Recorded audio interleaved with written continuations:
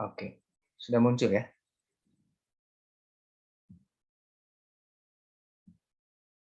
Ya, ini adalah topik kita pada malam hari ini. Jadi kita akan melanjutkan, kita punya pembahasan berkaitan dengan surat di masa sukar, yaitu 2 Korintus, the SMS letter. Dan hari ini saya memberikan judulnya adalah Paul's Vindication, ya. Be aware of deceitful workers. Jadi Paulus Vindication ini adalah satu upaya Paulus untuk boleh memberikan penjelasan gitu ya, berkaitan dengan dirinya ya, dan kebenaran ajarannya gitu ya, firman Tuhan yang dia sampaikan. Atau dengan kata lain juga Paulus boleh menyatakan otoritasnya sebagai rasul yang Tuhan pakai dia gitu ya. Jadi Paulus vindication. Karena kita bisa melihat bagaimana jemaat Korintus di dalam pembahasan kita baik di 1 Korintus maupun yang di 2 Korintus ya. Ini ada satu penolakan ya terhadap Paulus dan bagaimana mereka melihat atau kurang menerima pelayanan Paulus ya. Nah, oleh sebab itu Paulus secara sengaja, jadi kita bisa melihat secara sengaja Paulus memberikan vindication ini ya, atau mungkin kita bisa mengatakan Paulus coba menjelaskan atau mempertahankan ya tentang dirinya dan kebenaran pengajarannya. Dan dia mengingatkan untuk jemaat boleh tetap be aware, jadi selalu berjaga-jaga waspada terhadap pekerja-pekerja palsu. Nah, kita akan lihat. Ini adalah kepada jemaat, berarti orang-orang percaya. Dan sampai pada hari ini, kita akan melihat ini relevan sekali karena kita juga hidup di tengah-tengah umat Tuhan, gereja Tuhan, ya di dalam segala keragamannya kita perlu be aware, ya, kita perlu be aware. Bicara soal vindication ini ya, banyak juga kita bisa melihat para pelayan Tuhan atau hamba-hamba Tuhan, tentu mereka mempunyai pembelaannya masing-masing. Jadi setiap orang pasti mempunyai pembelaan dirinya, mempertahankannya, dan bisa dikatakan semua pasti merasa dan melihat apa yang dia lakukan itu benar adanya. Ya. Nah, jadi kita akan melihat di sini apa yang Paulus nyatakan yang oleh Roh Kudus, ya berarti kan oleh inspirasi Roh Kudus ini dinyatakan di dalam kitab suci, ya. Nah, kita akan belajar, nah bagaimana kita bisa melihat dari apa yang Paulus jelaskan dan itu bisa menolong kita juga nanti menguji atau juga melihat berbagai penjelasan mungkin yang akan muncul berkaitan dengan apa ya kondisi zaman kita ini. Jadi kita bisa lihat bagaimana penjelasan. Tentu penjelasan yang harus sesuai dengan kebenaran firman Tuhan. Ya, baik kita akan seperti biasa kita akan lanjut dulu dengan sedikit review ya, awal dan akhir begitu secara keseluruhan. Ini adalah pertemuan keempat, sesi kita yang keempat, kita bicara soal prinsip dari ini ya, prinsip dan berkat ya dari bagaimana ini giving ya, satu pemberian gitu ya bagi body of Christ atau bagi tubuh Kristus. Nah, di sini Paulus memberikan penjelasan kepada jemaat di Korintus ya, di sebelum ini bisa dibilang di bagian akhir sebelum bagian dari apa ya hal-hal sebelum dia memberikan vindikasi. Jadi ini mulai bagian yang sekarang ini ya yang kita akan jelaskan ini sampai nanti bagian akhir itu boleh dibilang berkaitan dengan Paulus khusus menulis dengan sengaja untuk boleh menjelaskan kepada jemaat di Korintus ya berkaitan dengan keberadaan dirinya, dia mempertahankan dirinya, kebenaran-kebenaran yang berkaitan dengan hal itu. Nah, sebelum masuk dalam hal itu dia mengingat hal ini, ya, memahami prinsip berkat persembahan yang benar bagi tubuh Kristus. Oke ya. Nah, ini kita lihat sekilas, langsung saya keluarkan aja. Jadi di dalam bagian ini, di bagian awal, Paulus sudah menjelaskan bagaimana konsep ya, bagian berkaitan dengan ini ya, persembahan ini dia memulai ya dengan boleh melihat bahwa ada berbagai kondisi gitu ya. Ada kondisi-kondisi yang sulit yang harus dihadapi ya untuk jemaat-jemaat yang ada secara khusus itu di daerah Makedonia ya. Daerah Makedonia itu berarti di daerah Yunani sana ya. Kondisi mereka itu meskipun di dalam kondisi yang susah tetapi mereka ya boleh memberikan satu hati yang kemudian boleh dilihat dari ini ya, diwujud keluar, nyatakan dengan pemberian mereka, giving mereka. Nah, kita lihat di sini juga bahwa ini adalah fondasi yang tepat di dalam pemberiannya, bagaimana kasih karunia dan anugerah Allah ini menjadi fokusnya. Nah, kemudian di dalam bagian ini di dalam pengantar, dan di dalam seluruh pasal yang ke-8, ini kita bisa melihat bagaimana Paulus ini boleh menjabarkan ya pentingnya ya satu bahwa bisa memberi itu adalah satu karunia, bukan karena ini kalau engkau butuh saya kasih ya, kalau kau minta saya kasih ya, jadi tergantung dari saya. Tapi bagaimana kita belajar melihat setiap kesempatan itu adalah dari Tuhan, dan kalau kesempatan sudah lewat tidak ada lagi kesempatan. Nah, ini adalah konsep kasih karunia ya. Nah, biarlah kita bisa belajar dari hal ini, dan kemudian di bagian akhirnya ini tetap ditutup dengan kasih karunia. Jadi setiap kali kita memberikan, ingat ya, di dalam setiap pemberian jangan lupa bahwa sebenarnya itu adalah satu kasih karunia yang Tuhan berikan kepada kita supaya ya kita boleh menjadi satu, diberi kesempatan boleh mendukung pekerjaan Tuhan ya. Jadi kita melihat dari bagian ini, sebab Kristus terlebih dahulu sebenarnya telah menyatakan kasih karunia kepada kita, sehingga waktu kita memberi kita boleh digerakkan dengan satu motivasi yang benar, sehingga kalau sudah benar motivasinya, sudah memberi pasti tidak ribut ya, tidak ribut berkaitan dengan kenapa saya memberi, saya kurang dihargai. Kalau saya memberi seharusnya saya diperhatikan. Nah, kalau saya tidak diperhatikan, saya menjadi marah karena saya sudah memberi lumayan besar ya. Nah, ini dan seterusnya. Atau sebaliknya, kalau saya belum bisa memberi dalam jumlah yang banyak ya, tapi saya memberi di dalam seluruh kerinduan saya, boleh menyatakan cita kasih Tuhan, saya rindu, Tuhan pakailah. Saya rindu, ini ada kesempatan memberi meskipun saya memberi dalam jumlah yang saya tidak sebanyak yang lain ya, tetapi saya sungguh-sungguh rindu Tuhan, ya, kesempatan ini saya boleh dipakai Tuhan. Nah, ini adalah satu dasar-dasar yang membuat kita boleh mengucap syukur ya di dalam melayani Tuhan. Oke, ini sedikit review berkaitan dengan sesi yang minggu sesi yang keempat ya, sesi yang keempat. Nah, baik, kita sekarang akan sama-sama kita akan masuk di dalam sesi hari ini. Sebentar ya, saya izin sebentar ya, saya mau ambil kertas, ketinggalan kertas. Sebentar ya.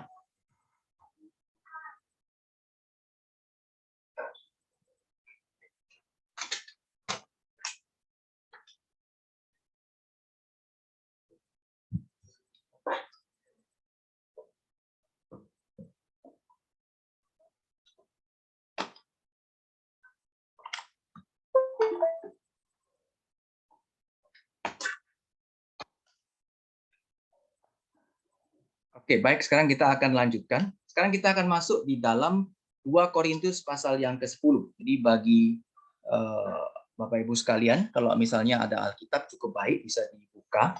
Kalau mau coret-coret juga baik, karena kita boleh belajar bersama-sama ya. Alkitabnya mau dicoret-coret, digaris bawahi, dikasih stabilo, itu bagus. Ya, atau punya catatan sendiri juga silakan ya. Tapi kalau misalnya tidak, juga boleh memperhatikan bersama-sama. Baik, kita akan mulai dari 2 Korintus 10, kita akan belajar berkaitan dengan tema kita pada hari ini. Nah, di dalam 2 Korintus 10, pasalnya yang pertama, sampai ayat yang ke-6 ya, saya akan membacakan. Aku Paulus, seorang yang tidak berani bila berhadapan muka dengan kamu, tapi berani terhadap kamu bila berjauhan. Aku memperingatkan kamu demi Kristus yang lemah lembut dan ramah. Aku meminta kepada kamu, jangan kamu memaksa aku untuk menunjukkan keberanianku dari dekat. sebagaimana aku berniat bertindak keras terhadap orang-orang tertentu yang menyangka bahwa kami hidup secara duniawi. Memang kami masih hidup di dunia, tetapi kami tidak berjuang secara duniawi. Karena senjata kami dalam perjuangan bukanlah senjata duniawi, melainkan senjata yang diperlengkapi dengan kuasa Allah yang sanggup untuk meruntuhkan benteng-benteng. Kami mematahkan setiap siasat orang dan merubuhkan setiap kubu yang dibangun oleh keangkuhan manusia untuk menentang pengenalan akan Allah. Kami menawan segala pikiran dan menaklukkannya kepada Kristus. Dan kami siap sedia juga untuk menghukum setiap kedurhakaan bila ketaatan kamu telah menjadi sempurna. Nah, ini adalah ayat 1 sampai 6. Ya, hari ini kita akan membaca secara ini ya, saya membagi setiap section ya, lalu kita akan membahas.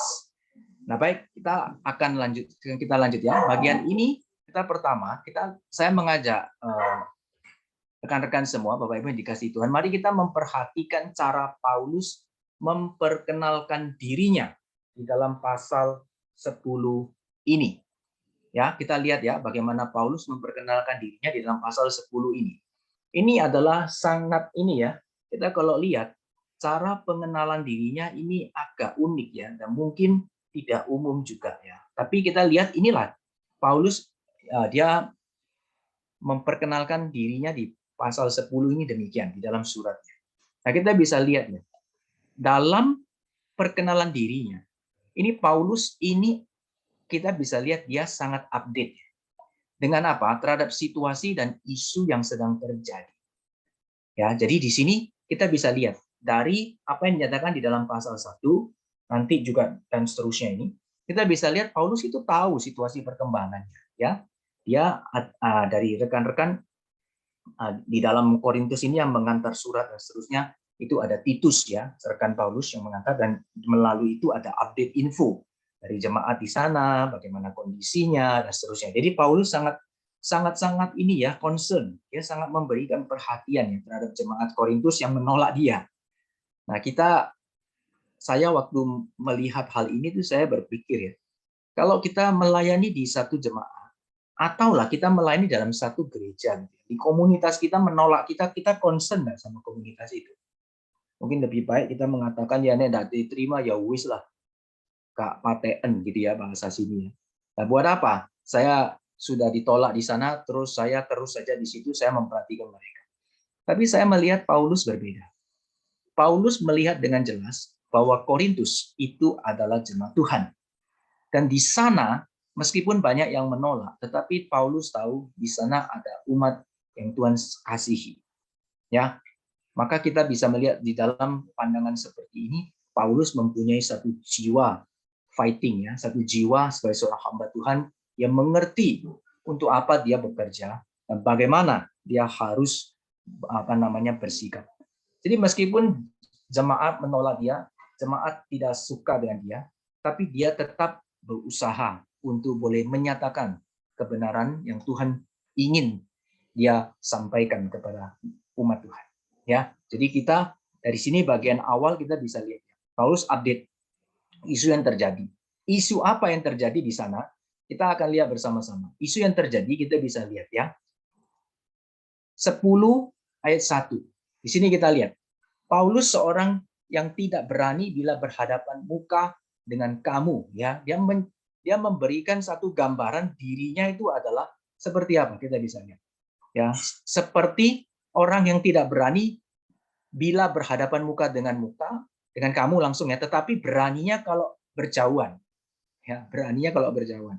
Nah, jadi ada apa namanya itu penafsir gitu ya yang mengatakan ya, dengan menafsirkan bahwa situasi yang ada di Korintus itu Paulus itu dianggap sebagai seperti ya, ini dia katakan ini adalah apa ini barking dog ini, apa ini barking dog ya, barking itu kan ini barking ya, barking, jadi anjing yang menggonggong ya, ini agak ya, jadi beberapa maksudnya yang jemaat di sana menganggap Paulus ini sebagai seperti anjing yang menggonggong, cuma dari jauh saja, tetapi dia tidak berani untuk boleh apa namanya ini, berhadapan muka dengan muka begitu ya, barking the. Nah, ini adalah satu apa ya? Satu hal yang sebenarnya itu harusnya malu ya kalau untuk diungkapkan. Tetapi kita melihat justru Paulus pakai situasi ini untuk boleh menyatakan ini ya, perkenalannya bagi kalian. Ya. Nah, ini adalah satu hal yang waktu kita lihat apa ya yang sedang Paulus ingin sampaikan ya. Nah, waktu kita lihat begini kan seharusnya jangan dong. Masa kita menggambarkan diri seperti orang gambarkan. Kalau orang bisa gambarkan diri kita, wah ini orangnya cuma bisa ngomongin, kalau ada orangnya nggak berani, nggak ada orangnya berani. Ya, ini orang yang pengecut. Masa kita langsung gambarkan begini. Saya adalah orang yang pengecut. Berani kalau nggak ada orang, kalau ada orang nggak berani.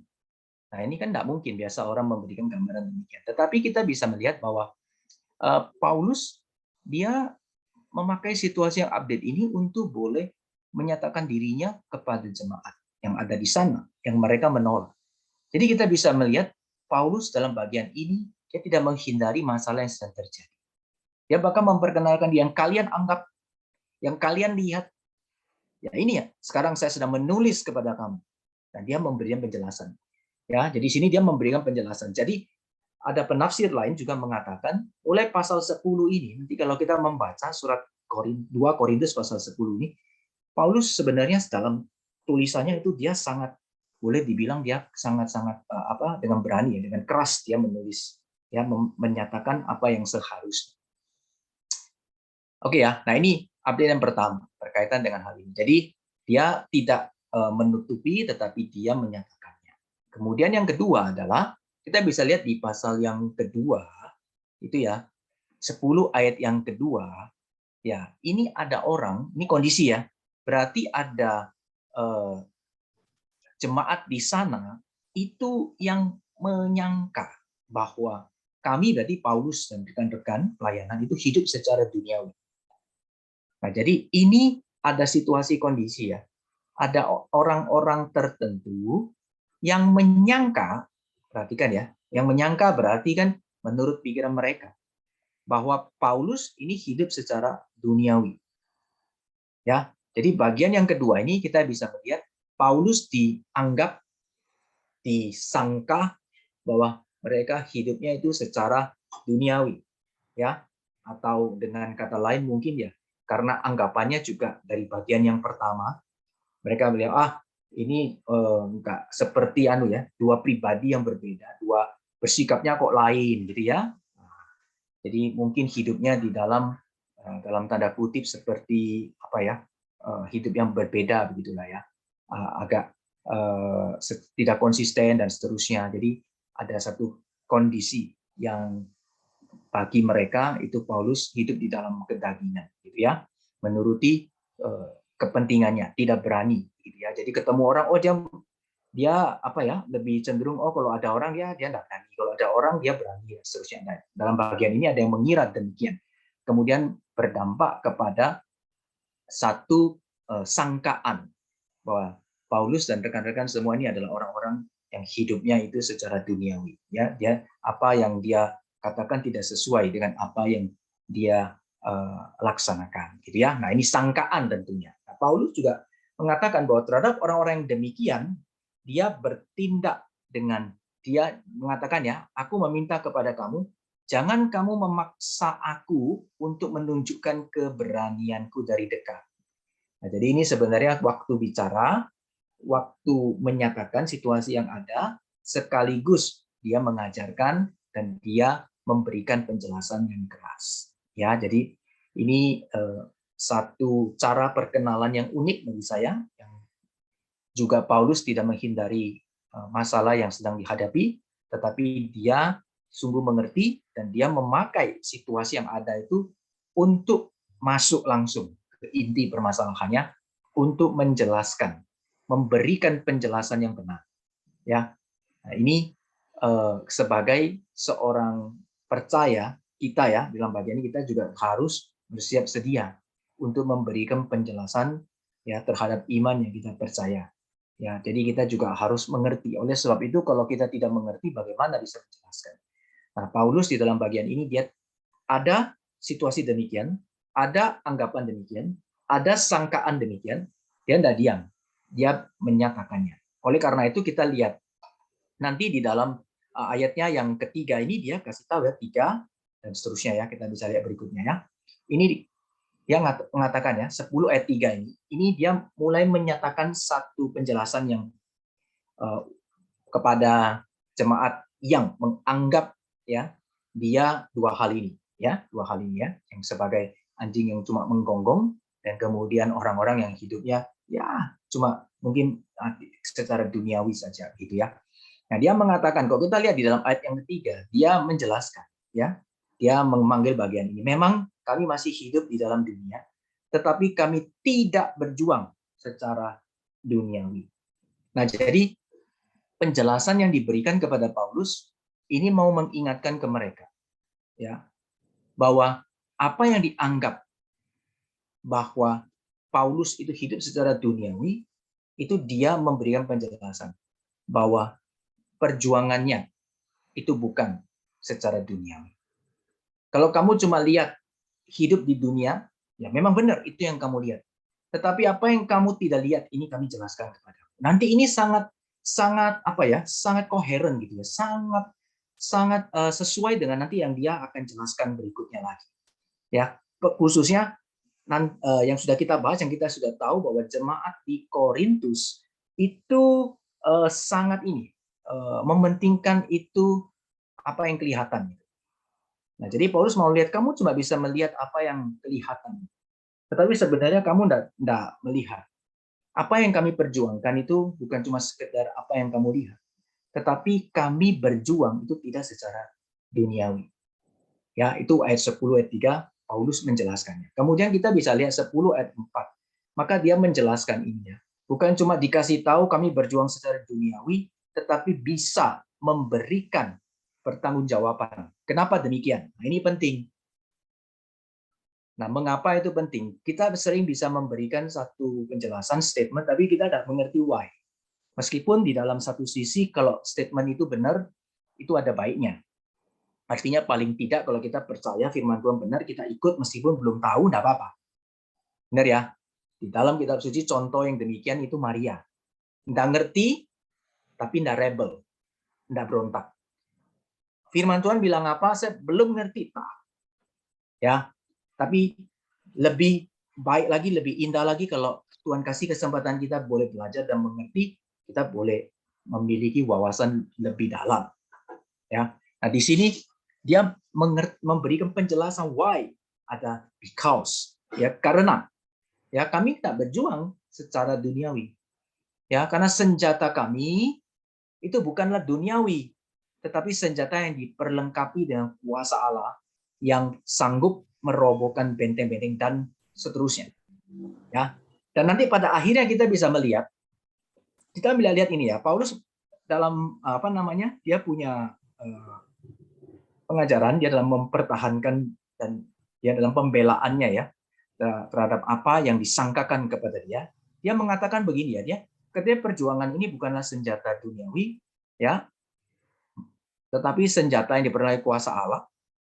Ini nanti kita lihat ya. Untuk apa? Untuk mematahkan siasat orang-orang dan merubuhkan kubu yang dibangun oleh ini sasarannya ya. Keangkuhan manusia. Kenapa? Karena mereka menentang pengenalan akan Allah. Nah, jadi di sini adalah satu hal yang Paulus pakai langsung memberikan penjelasan kepada mereka. Kamu punya perhatian itu kemana? Kamu melihat apa yang tampak, tetapi sebenarnya yang kami perjuangkan melampaui apa yang tampak. Kamu tidak bisa lihat hal itu. Paulus menjelaskan, mari lihat. Mari, ya saya mengajak kamu terbuka. Mari kamu lihat. Dijelaskan supaya lihat. Dijelaskan supaya tahu. Ini tugas setiap orang yang percaya kepada Tuhan. Orang yang menjadi murid, bukan cuma sekedar oh saya apa itu istilahnya follower. Kalau zaman sekarang mungkin sebenarnya dulu ya kalau pengikut dalam konteks zaman dulu ya cukup cukup ini ya, pengikut yang militan begitu ya, itu murid. Tapi kok sekarang kalau kita lihat di dalam kondisi zaman now, kondisi sekarang ini kan follower itu kan ya cuma ikut, bisa ganti-ganti. Ya, saya banyak anak-anak muda begitu ya, mereka follower di satu medsos tertentu, bisa ikut follower di mana-mana begitu. Pokoknya follow ya. Nah, jadi konsep followernya menjadi sudah kehilangan ini ya, secara militannya kurang. Makanya lebih baik pakai istilah murid Kristus kalau di zaman sekarang, membedakan dengan follower. Bukan cuma ikut-ikutan begitu ya, tetapi saya murid, saya tahu kenapa saya ikut gitu ya. Nah, jadi di sini kita bisa melihat ya bagaimana setiap kita yang menjadi murid Tuhan, kita harus ya siap untuk berjuang di dalam apa yang Paulus ini sampaikan. Nah, bagaimana kita harus mempunyai satu pengenalan dan rindu untuk terus mengenal Tuhan. Bapak Ibu yang dikasihi Tuhan, saya ingin tanya sih, kita sebenarnya sejauh apa sih kita rindu mengenal Tuhan? Saya sangat bersyukur ya kalau Bapak Ibu sekalian yang secara bisa secara konsisten gitu ya, rindu belajar untuk mengenal firman Tuhan, menghabiskan waktu ya berjam-jam gitu ya, itu boleh terus ingin rindu. Nah, saya kira itu kalau lahir dari motivasi yang benar, saya jamin nggak akan bosan. Kenapa? Karena kita tahu kita siapa. Betul nggak? Saya juga nggak akan pernah bosan. Saya mengajar firman Tuhan. Saya melayani Tuhan. Nggak akan bosan. Karena saya tahu kenapa saya melayani. Siapa yang saya layani. Untuk apa saya melayani. Karena saya tahu saya nggak mungkin bosan. Saya akan terus kerjakan. Selama Tuhan kasih kesempatan. Itu adalah kasih karunia. Ini termasuk giving ya. Ada kaitan ya. Ada kaitan yang indah. Nah, jadi mari kita terus membangun ya hal ini, dan kita boleh mengajak, menularkan. Memang ini bukan satu hal yang gampang gitu ya, karena berkaitan dengan satu kerinduan yang perlu menuntut diri di dalam wilayah yang Tuhan kasih kita. Ini apa ini? Kehendak yang kita boleh pakai. Ya, jadi banyak orang lebih memilih aku enggak lah yang urusan begini, aku pokoknya simple lah ya. Saya pokoknya yang segini aja lah. Yang penting baik-baik hidupku, yang penting aku enggak jahat, yang penting aku begini dan seterusnya. Banyak orang berhenti sampai di sana. Ya. Tapi saya kira ya, kita perlu untuk tak jemu-jemu ya, untuk kasih tahu kepada mereka. Sampai kapan mereka akan nanti bisa merasakan satu kerinduan yang sama? Itu sampai waktu mereka menyadari bahwa hidup kita sebagai anak-anak Tuhan itu seharusnya kita sungguh-sungguh ya mau hidup mengenal Dia. Itu seperti kita menemukan harta karun dan kita rela kemudian menjual seluruh yang kita punya, karena kita tahu harta karun itu jauh melampaui dan sangat berharga. Itu Tuhan Yesus yang kasih tahu. Dan untuk sampai titik itu enggak semua orang Tuhan kasih karunia itu.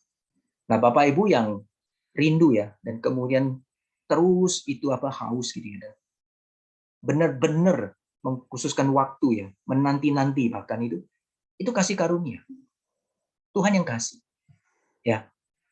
Saya selalu mempunyai satu iman. Ya, saya mungkin bukan pengkhotbah yang besar. Saya mungkin bukan pembicara yang hebat.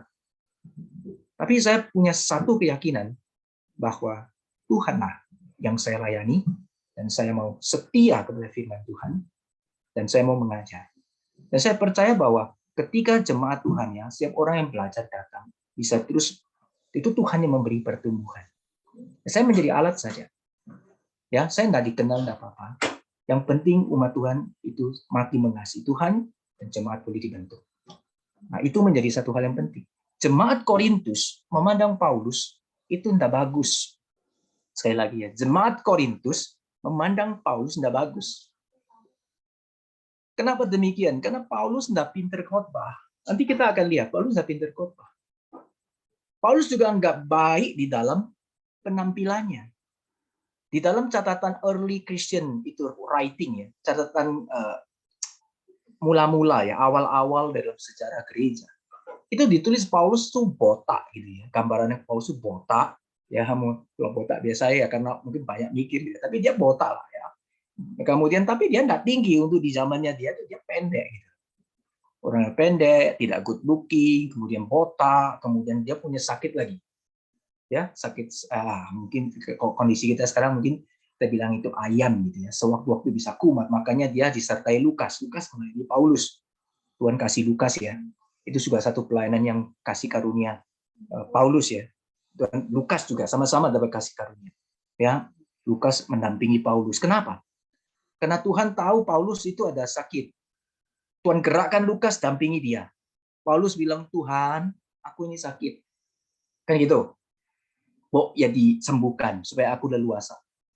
Bolak-balik minta. Tuhan bilang stop. Nah, ini ada waktunya doa stop ya. Karena Tuhan juga bilang stop. Kalau Tuhan sudah bilang stop, jangan minta lagi. Bapak Ibu dikasih Tuhan. Kalau Tuhan sudah bilang stop, kita digerakkan Tuhan sudah stop, nggak usah minta lagi. Terima, jalankan.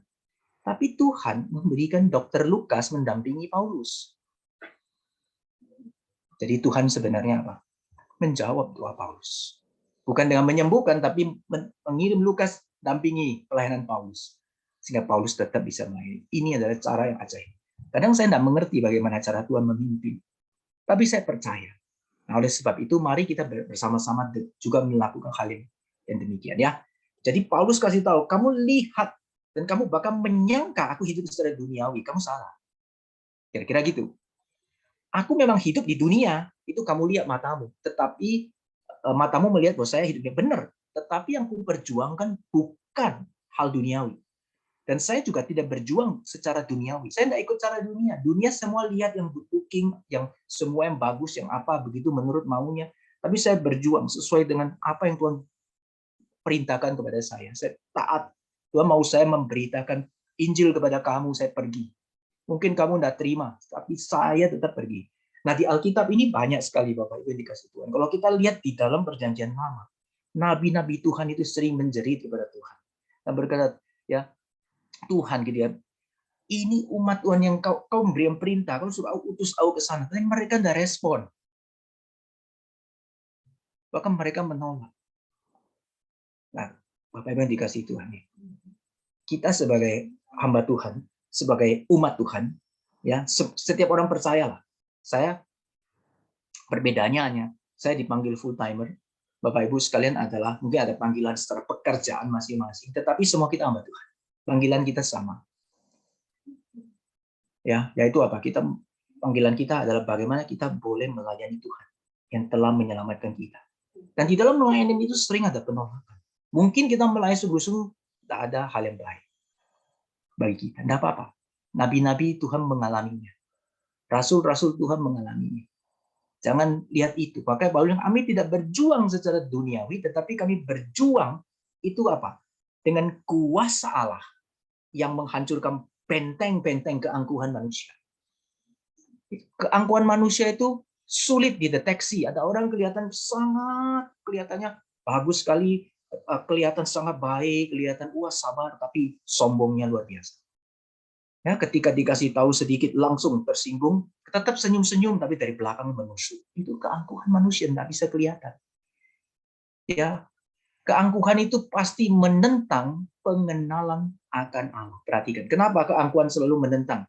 Karena manusia sombong, dia tidak bisa menerima kebenaran Tuhan. Dia rasa dia punya paling benar. Maka itu kehilangan kesempatan mengenal Allah. Mari kita menaruh diri kita itu rendah hati di hadapan Tuhan, supaya pengenalan akan Tuhan menguasai hidup kita, sehingga kita boleh sungguh-sungguh itu boleh menikmati pengenalan akan Tuhan, dan terus kita, ya Tuhan itu memuaskan hidup kita. Nah, kita kalau dipuaskan ya oleh firman Tuhan, dipuaskan oleh kebenaran, oleh pribadi Tuhan sendiri, berbahagia. Karena tidak ada yang lain. Memang itu yang bisa memuaskan kita. Ya, semua yang dicari secara dunia itu memuaskan sementara. Tapi kita kalau memiliki yang kekal, berbahagia. Ya. Nah, kita lihat ya, nanti kemudian di ayat 5 tadi sudah saya jelaskan, kemudian di bagian yang ayat 6. ayat 6 ini cukup unik ya. Kenapa cukup unik? Karena begini, kami siap juga untuk menentang dan untuk menghukum setiap kedurjanaan. Ya, Bapak Ibu kalau misalnya memperhatikan ayat yang ke-6, ini di sini ada kalimat kedurhakaan gitu ya, kedurhakaan. Jadi bagian yang kedurhakaan ini kalau kita bisa lihat kedurhakaan ini, ya, ini di dalam bahasa aslinya kedurhakaan ini itu sebenarnya memiliki arti itu disobedience, disobedience, ya, artinya tidak taat. Nah ini apa ya? Sangat sesuai atau harmonis dengan apa yang dijelaskan oleh Paulus. Bila ketaatanmu telah menjadi sempurna, ya, disobedience.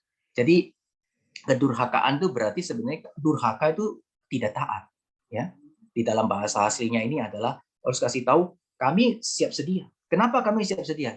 Bukan karena kami sebenarnya, tetapi karena ada ini dengan kuasa Allah. Perhatikan ya, dengan kuasa Allah. Nah, jadi sebenarnya bukan Paulus menyatakan dirinya, aku yang menghukum kamu, tetapi di bagian ini dia sudah mengunci dirinya dengan kuasa Allah. Jadi artinya sebagai hamba Tuhan, sebagai orang, Paulus sebagai hamba Tuhan, dia dengan melayani itu dia tahu bahwa bukan dia yang ditinggikan, tetapi Allah yang mesti ditinggikan. Dan orang-orang yang tidak taat itu Tuhan yang akan menghukum mereka. Ya, kita bisa lihat ya. Jadi di sini bila ketaatanmu kamu telah menjadi sempurna. Nah, ini ada satu hal yang kita bisa lihat ya. Bagaimana kita melihatnya? Kami siap sedia untuk menghukum setiap ketidaktaatan bila ketaatan kamu telah menjadi sempurna. Nah, jadi sebenarnya kita bisa lihat ya, orang yang taat, orang yang sudah mengerti, ya, kita bisa lihat, baru dia bisa melihat bagaimana itu ketidaktaatan. Bukan terbalik. Seringkali kita melihat begini, kalau kita mau tahu yang bagaimana yang untuk bisa sesuatu yang baik, kasih tahu yang salah. Sebenarnya keliru prinsipnya. Harusnya kita belajar yang benar. Waktu kita belajar yang benar, pasti kita bisa tahu yang tidak benar. Nah, itu contoh yang paling sederhana adalah mengenali uang palsu. Betul nggak? Itu seringkali kita memahami ilustrasi ini ya. Untuk tahu uang palsu, kita nggak perlu pergi cari tahu uang yang palsu itu seperti apa, ciri-cirinya. Nggak usah. Kalau kita pergi cari tahu ciri-ciri uang yang palsu, capek kita. Beda-beda terus. Ada uang nanti angkanya kita lihat. Kalau yang salah itu angkanya begini, atau bagaimana kertasnya, bagaimana ini dan seterusnya. Kita cari yang salah. Nggak perlu. Kita tahu yang benar. Uang yang asli seperti apa. Begitu kita kenal yang asli, semua yang tidak asli, tidak sama, tolak. Waktu kita taat, waktu kita tahu, maka seluruh ketidaktaatan kita bisa tahu. Dan pada saat yang sama ya, sebenarnya itu Injil ya, gospel itu tidak pernah sia-sia. Kita bisa melihat dalam bagian ini ya. Ketika kita memberitakan firman Tuhan itu pada saat yang sama diberitakan, dia langsung memberikan dampak dan memberikan hasil. Itu namanya kuasa firman Tuhan. Ya, yang tidak pernah ada yang sia-sia.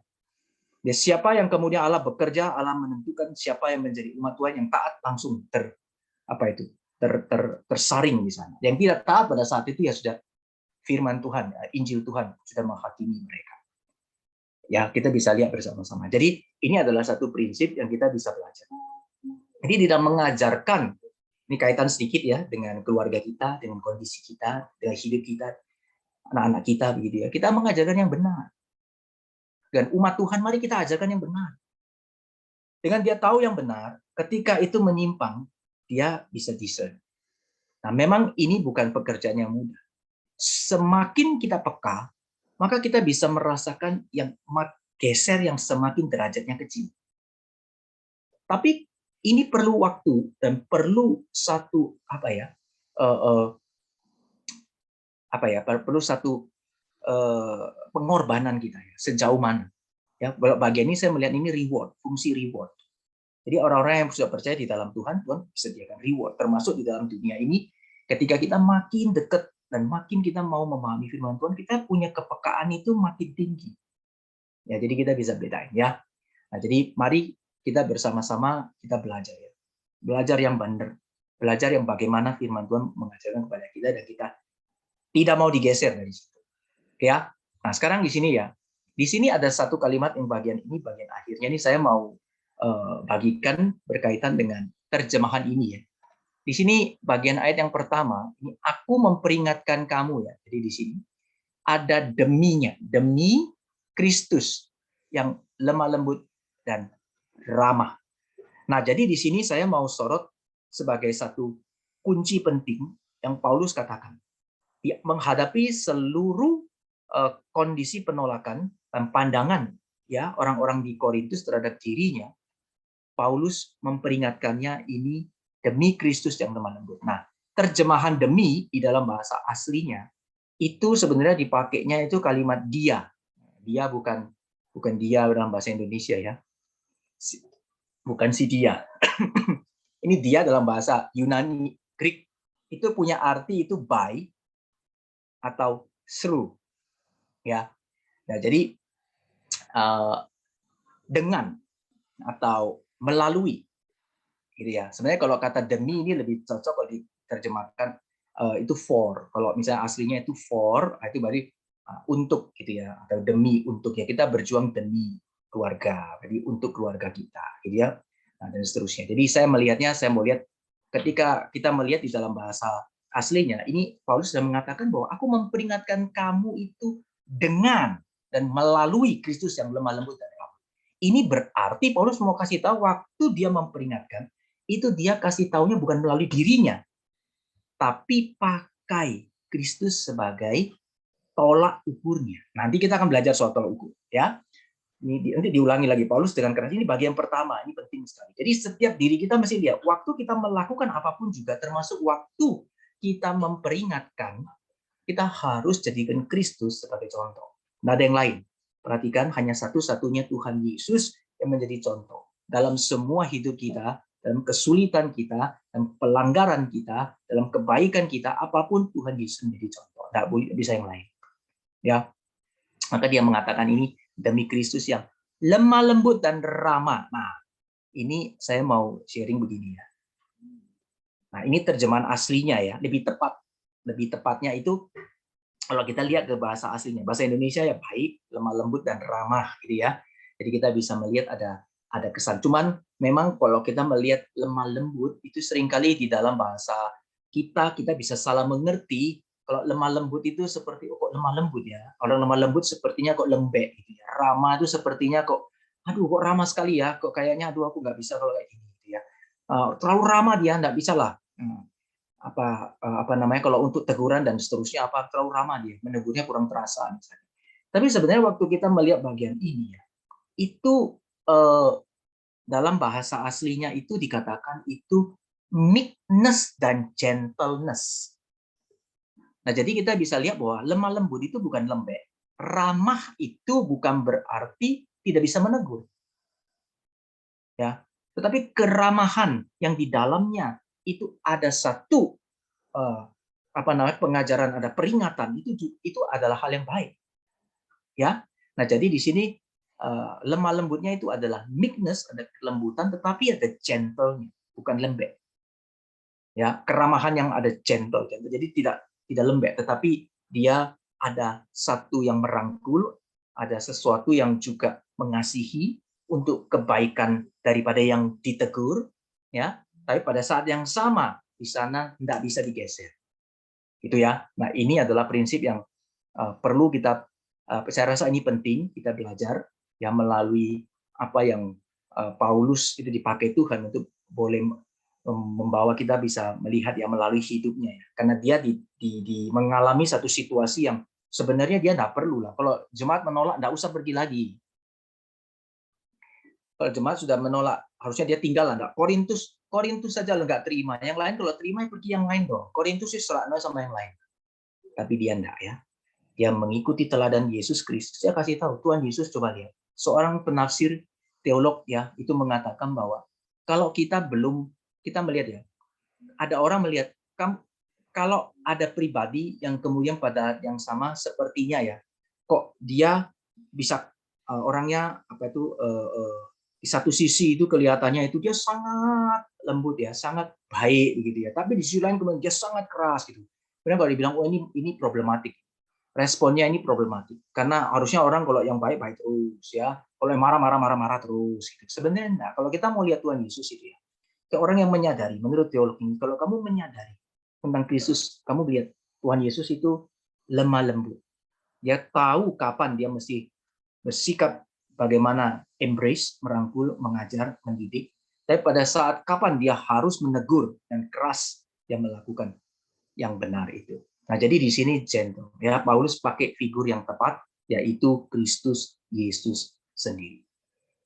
Ya, saya kira ini jelas ya bagian perkenalan Paulus memperkenal diri dalam pasal yang 10 ini. Oke, Bapak Ibu yang dikasih Tuhan, kita akan lanjutkan. Apa saya berhenti sebentar, ada yang mau bertanya? Silakan. Ada enggak? Belum saya lanjutkan. Kalau ada yang mau bertanya, silakan. Kalau tidak, nanti kita lanjutkan kembali. Cukup jelas ya?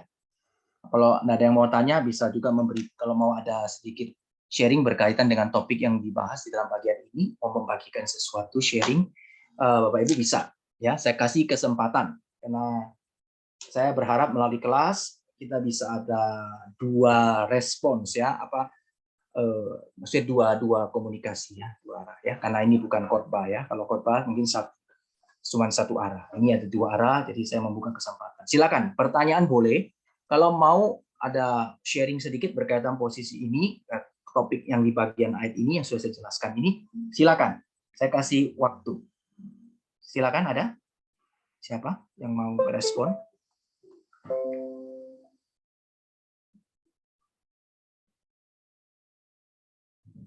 Tidak ada?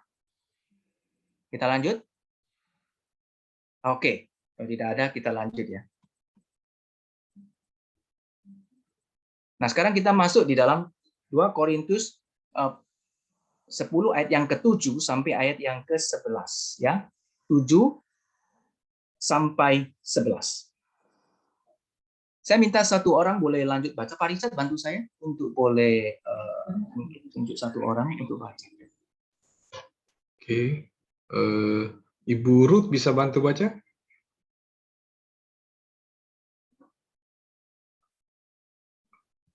Ya, bisa. Ayat berapa? 10 ayat berapa? 7 sampai 11. Oke. Tengoklah yang nyata di depan mata kamu. Kalau ada seorang benar-benar yakin bahwa ia adalah milik Kristus, hendaklah ia berpikir di dalam hatinya bahwa kami juga adalah milik Kristus sama seperti dia.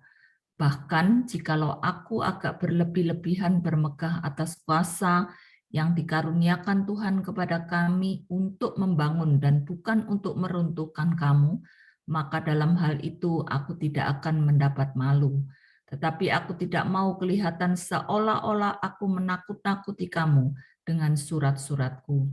Sebab kata orang, surat-suratnya memang tegas dan keras, tetapi bila berhadapan muka, sikapnya lemah dan perkataan-perkataannya tidak berarti. Tetapi hendaklah orang-orang yang berkata demikian menginsafi bahwa tindakan kami bila berhadapan muka sama seperti perkataan kami dalam surat-surat kami bila tidak berhadapan muka. Oke, thank you untuk Si Mevang yang sudah boleh membacakan buat kita ya. Nah, sekarang kita akan melanjutkan ayatnya yang ke-7 sampai ayatnya yang ke-11. Nah, bagian ini kita akan lihat ya. Di sini ada satu hal yang mau saya soroti, yaitu tengoklah yang nyata di depan kamu. Ya, berarti ayat yang ke-7. Saya mau lihat ayat yang ke-7. Tengoklah yang nyata di depan mata kamu. Ya. Ini di dalam bagian ini apa sih yang dimaksud? Tengoklah yang nyata di depan mata kamu. Kalau ada seorang benar-benar yakin bahwa ia adalah milik Kristus, hendaklah ia berpikir dalam hatinya bahwa kami juga adalah milik Kristus sama seperti dia. Nah, pada bagian yang kedua ini, di dalam pasal yang ke-7 sampai yang ke-11, ini Paulus sedang mau menyatakan hal yang berkaitan dengan hal yang kelihatan. Ya, jadi kalau di dalam New King James Version, kalau kita lihat di dalam terjemahan lain, ini terjemahnya mengatakan, ya kita lihat bahwa tengoklah yang nyata ini. Ya, Bapak Ibu dikasih Tuhan ya, tengoklah yang nyata ini. Ini maksudnya adalah ini berkaitan dengan yang ini ya, outward appearance. Ya, jadi outward appearance yang di sini. Nah, jadi di sini Paulus sedang mau memberitahu bahwa lihat ya, kamu ini kalau yang di dalam bahasa Indonesia tanda seru ya, betul ya, kita lihat ya. Ini ada tengoklah nyata tanda seru. Tetapi di dalam New King James Version itu dikasih apa? Tanda tanya. Ya. Jadi kita bisa melihat bahwa Paulus yang di dalam bahasa Indonesia memberikan satu sense ya. Satu sifat yang mengatakan bahwa itu harusnya bersifatnya itu sesuatu yang kalau tanda seru itu kan perhatikan ya, tengoklah yang nyata di depan mata kamu. Ya, ini seakan-akan memberikan satu sense yang memberikan penekanan perhatikan. Ini tanda seru. Tetapi di dalam New King James Version ya, terjemahan King James itu justru tanda tanya. Do you look at things according to the outward appearance? Nah, ini di dalam bahasa aslinya juga tanda tanya sih ya. Do you look at things according to the outward appearance? Jadi, apakah kamu itu melihat hanya dari bagian yang penampakan saja? Ya kan? Nah, ini adalah satu hal yang ditanyakan sebenarnya tidak perlu dijawab. Karena memang orang Korintus itu melihat apa yang tampak di depan mata. Dia lihat semua, wah kamu kalau di depan bagus, ya baru kami terima. Kalau kamu kurang bagus di hadapan kami, ya kami tidak terima dan seterusnya. Ya. Nah, jadi di sini kita bisa lihat ya. Sekali lagi di bagian yang kedua, Paulus boleh mengatakan kepada mereka terang-terangan.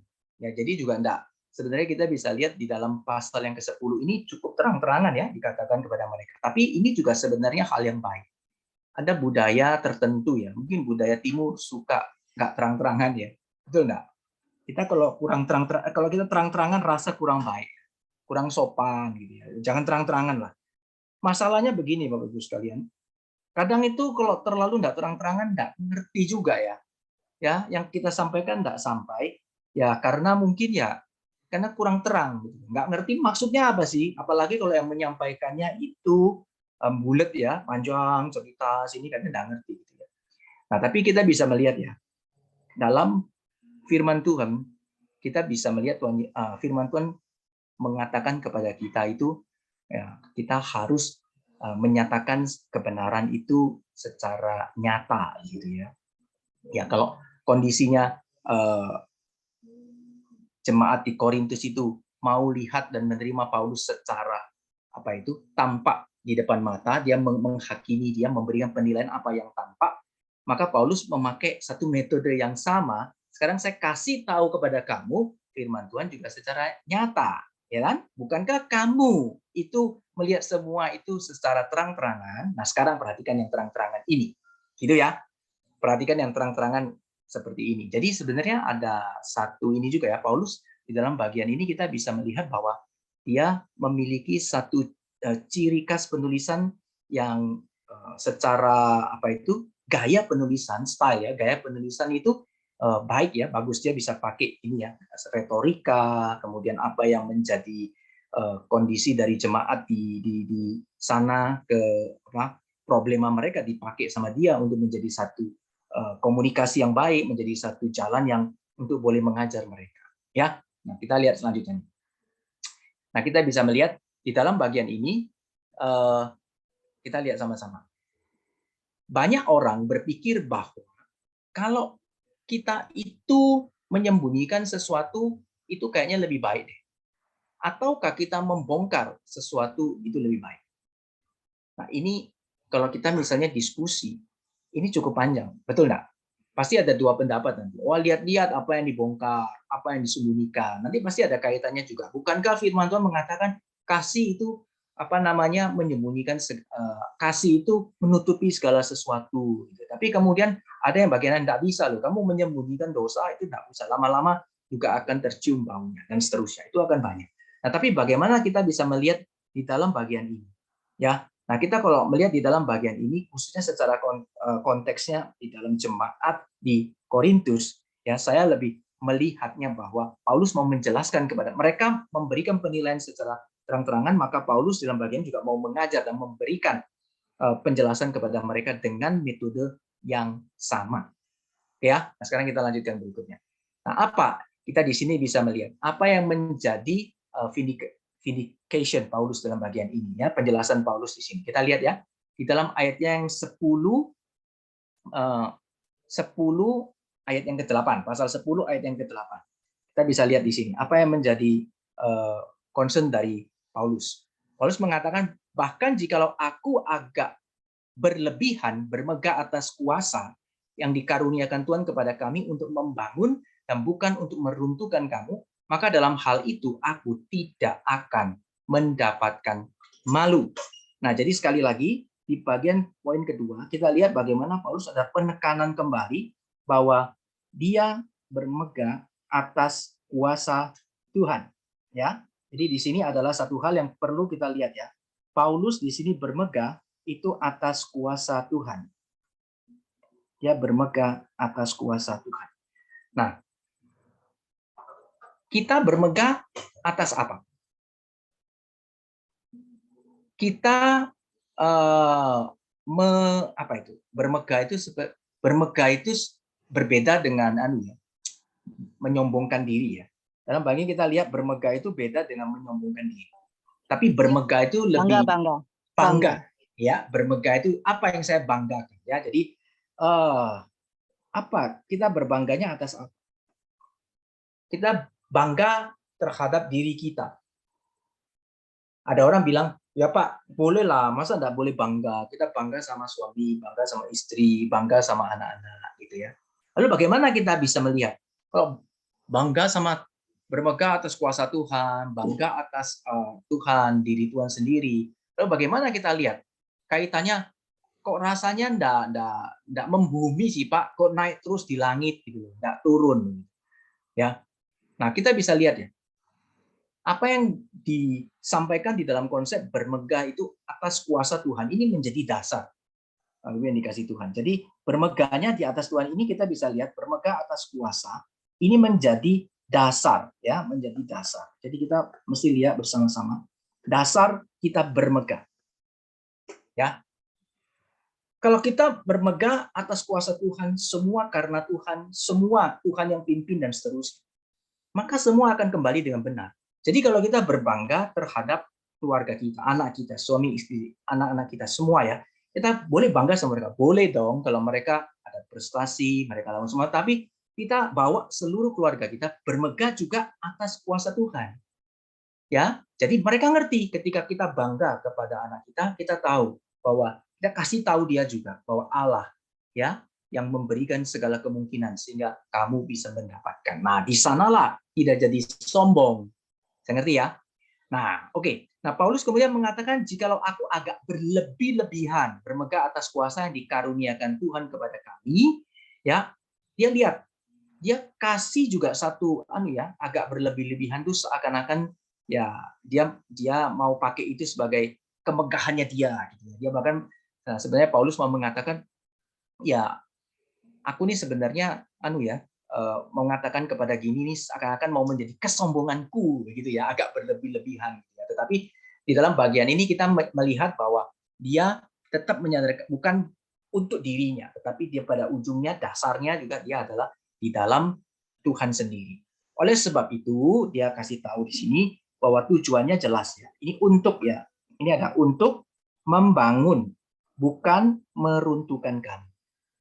Ya. Jadi apapun yang kita lakukan ya, di dalam situasi yang seperti apapun juga, termasuk ketika kita mau memberikan satu peringatan. Ini kan konteksnya peringatan nih. Konteksnya kasih warning nih. Konteksnya juga memberikan penjelasan atas tuduhan, atas sangkaan. Ya, jemaat Korintus ada Paulus. Dia tetap kembali ya. Semuanya tujuannya. Bukan balas dendam, bukan tidak terima, bukan pokoknya aku untuk saya mesti jelaskan. Kenapa? Kalau enggak nanti namaku ini jadi rusak. Tapi tujuannya adalah untuk membangun. dan bukan untuk meruntuhkan. Nah, ini seringkali menjadi satu hal yang kita agak sulit ya, atau kita skip, kelewatan untuk memperhatikan. Nah, baiklah kita bersama-sama kita melihat hal ini dan belajar ya melalui apa yang firman Tuhan sampaikan melalui teladan Paulus ya. Nah, bagaimana dia tetap itu menjadikan Tuhan sandarannya, dan ketika Tuhan menjadikan sandarannya, maka seluruh yang dia lakukan itu menjadi dasar, sehingga apapun yang dia kerjakan itu untuk membangun. Nah, ini juga bagi kita harus ingat, kalau kita melakukan segala sesuatu yang sifatnya juga keras, tujuannya harus jelas. Seringkali kita keras tujuannya jelas, nah tapi apakah itu untuk membangun? Ini mesti diuji. Nah, setiap orang harus menguji diri. Ya, kalau kita tujuan untuk membangun, ya kita terus kerjakan, kita doakan, nah kita boleh menjadi alat Tuhan, ya, yang boleh akhirnya Tuhan katakan apa? Kita ada di dalam satu hal yang Tuhan pimpin, dan dalam hal itu kata Paulus, ya tidak akan mendapat malu. Tidak akan loh ya. Berarti ini adalah satu pemahaman yang dia sangat jelas. Dia tidak akan mendapat malu. Kenapa? Karena dia dasarnya betul, dan dia motivasinya benar, maka di dalam semuanya itu, meskipun dia ditolak, perhatikan ya, meskipun ditolak, tetapi Paulus dia melihat, dia tidak akan mendapat malu. Oke ya, kita lanjutkan di bagian 8. Sekarang kita melihat ayat yang ke-11. Nah, bagian yang ke-11 ini, ya, kita lihat sama-sama. Tetapi sebelum sampai ayat ke-11, kita lihat dulu. Ya, 9 sampai yang ke-10 itu Paulus memberikan satu penjelasan. Ini singkat saja, cukup jelas di sana bahwa Paulus tidak mau apa yang dianggapkan kepada dia itu dia kemudian memberikan satu konfirmasi. Tidak seperti itu. Ya, aku tidak mau kelihatan seolah-olah aku menakut-nakuti kamu dengan surat-suratku, sebab kata orang surat-suratnya memang tegas dan keras, tapi bila berhadapan muka sikapnya lemah dan perkataannya tidak berarti. Ya, ini adalah 9 dan 10, ini adalah situasi dan kondisi. Ya, 9 dan 10 itu adalah situasi dan kondisi. Nah, tetapi Paulus memberikan konfirmasi. Jelas ya? Jadi ini Paulus telah memberikan sebuah konfirmasi yang tegas. Ya, Paulus memberikan konfirmasi yang tegas. Oke. Sekarang ayat 11. Tetapi hendaklah orang-orang yang berkata demikian menginsafi bahwa tindakan kami bila berhadapan muka, ya, tindakan kami bila berhadapan muka itu sama seperti perkataan kami dalam surat-surat kami. Nah, jadi Paulus mau mengatakan di dalam bagian ayat 10 yang ke-11 ini, dia mau mengatakan bahwa bukan cuma dasar itu harus benar, tetapi dia juga mengatakan bahwa dia itu konsisten. Ya. Jadi bukan berarti, oh kalau jauh saya itu keras, kalau dekat saya tidak keras. Bukan. Nah, ini kita sudah lihat tadi di bagian yang pertama, Kristus menjadi dasarnya. Meekness and gentleness of Christ itu menjadi dasar. Jadi konsisten di sini. Apa yang dilakukan? Tidak ada kemunafikan, tetapi semua dilakukan dengan tepat. Ada waktunya saya keras dengan kamu, ada waktunya saya tidak keras dengan kamu. Ya, maka Paulus melihat di sesi-sesi sebelumnya, saya menjelaskan bahwa Paulus melihat bahwa jemaat dia di sini bagian ini dia masih memerlukan hal yang mungkin ya tidak menimbulkan sampai konflik yang keras ya dan seterusnya. Dia coba menjaga tidak sampai terjadi perpecahan. Oleh sebab itu dia mengambil waktu mundur dulu. Tapi waktu dia mengambil mundur dulu, ini jangan dikira bahwa Paulus itu bersikap lembek. Oh, enggak berani menghindari konflik. Bukan. Paulus waktu menarik diri dulu, dia lihat dia jangan enggak mau terjadi perpecahan di dalam jemaat. Tetapi waktu dia menarik mundur, perhatikan suratnya masuk. Ya, Bapak Ibu bisa menangkap maksud saya. Waktu Paulus menarik diri mundur, suratnya masuk. Nah, jadi Paulus mau jelaskan di bagian ini. Ya, bukan waktu ketemu saya kemudian menghindari konflik sama kamu, tidak. Ya, tapi saya lihat kamu mungkin belum bisa terima kalau ada perpecahan. Nah, ini jemaat masih muda, mungkin masih bayi secara rohani. Jadi perlu waktu. Jadi Paulus tarik diri mundur, tapi dia surat masuk. Nah, suratnya masuk ini pengajarannya keras. Sambil menunggu apa? Nanti kamu kalau sudah taat secara sempurna. Sebenarnya taat secara sempurna itu sulit ya. Mana kita bisa taat sampai sempurna di dunia ini? Kecuali di dalam Kristus. Perfect obedience itu only in Christ. Ketaatan sempurna hanya Tuhan Yesus yang bisa. Kita bisa taat sempurna itu in Christ, ya, en Christo. Kalau biasa dipakai di dalam bahasa teologi, en Christo, ya, en Christo. Sama maksudnya itu in Christ, ya, en Christo. Nah, jadi kita bisa taat sempurna dalam Kristus. Maka Paulus selalu kunci. Ketika kamu sudah taat sempurna di dalam Kristus, bisa melihat sesuai dengan apa yang Kristus ajarkan, sesuai dengan teladan Kristus yang kami kabarkan, maka di sana kamu nanti baru bisa mengerti. Ya, ketika kondisi itu, bahkan ketika harus bagaimana keras, harus bagaimana kita melaksanakan dengan sempurna, itu kamu bisa mengerti.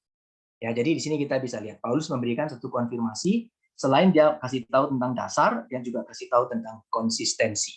Ya, jadi Paulus dia memberikan konfirmasi yang jelas. Nah, kemudian kita bisa lihat sama-sama di sini ada satu hal yang penting, yaitu berkaitan dengan ini ya, belong to Christ. Jadi belong to Christ ini penting sekali. Ini apa yang sekali lagi di bagian yang kedua, kalau bagian yang pertama itu adalah example in Christ. Example in Christ, bagian yang kedua ini adalah belong to Christ. Kenapa penting belong to Christ? Perhatikan di dalam ayat yang ketujuh ini ya. Bahwa ia, kalau ada seseorang benar-benar yakin, ini ya, bahwa ia adalah milik Kristus, ya, hendaklah ia berpikir dalam hatinya bahwa kami juga adalah milik Kristus, sama seperti dia. Nah, jadi ini important yang ditekankan, ya, important berarti penting. Paulus kasih tahu bagian yang kedua ini belong to Christ. Di dalam tegurannya ini dia kasih tahu ya, bahwa orang yang menyadari dirinya itu milik Kristus, ya, bahwa dia akan tahu. Jemaat di Korintus kalau dia sudah menyadari, dia yakin dia milik Kristus, maka akan sama, ya, bahwa dengan kami juga milik Kristus. Kalau sama-sama sudah belong to Christ, maka itu adalah dalam satu pemahaman yang sama, di dalam satu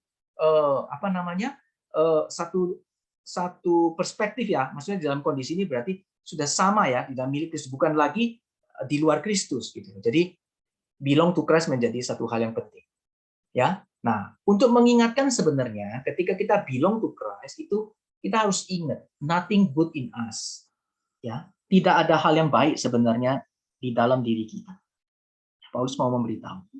Ya, sebenarnya tidak ada yang nothing good in us. Ya. All bad. Kita diselamatkan bukan karena perbuatan kita. Kalau kita ingat saya milik Kristus, saya tahu kenapa. Karena saya diselamatkan Tuhan bukan karena saya adalah orang yang baik dan saya orang yang benar, orang yang bisa melakukan semua perbuatan yang hebat. Tidak, kita semua orang yang berdosa, nothing good in us, all bad. Ya. Di sini yang menyatakan yang bisa menjadikan kita itu good dalam arti yang sebenarnya itu hanyalah karena Tuhan memberikan kasih karunia. Baru kita boleh dipandang benar, good, right di hadapan Tuhan. Ya, jadi di sini konsep belong to Christ yang dinyatakan oleh Paulus di dalam bagian kedua ini perlu menjadi perhatian bagi kita semuanya.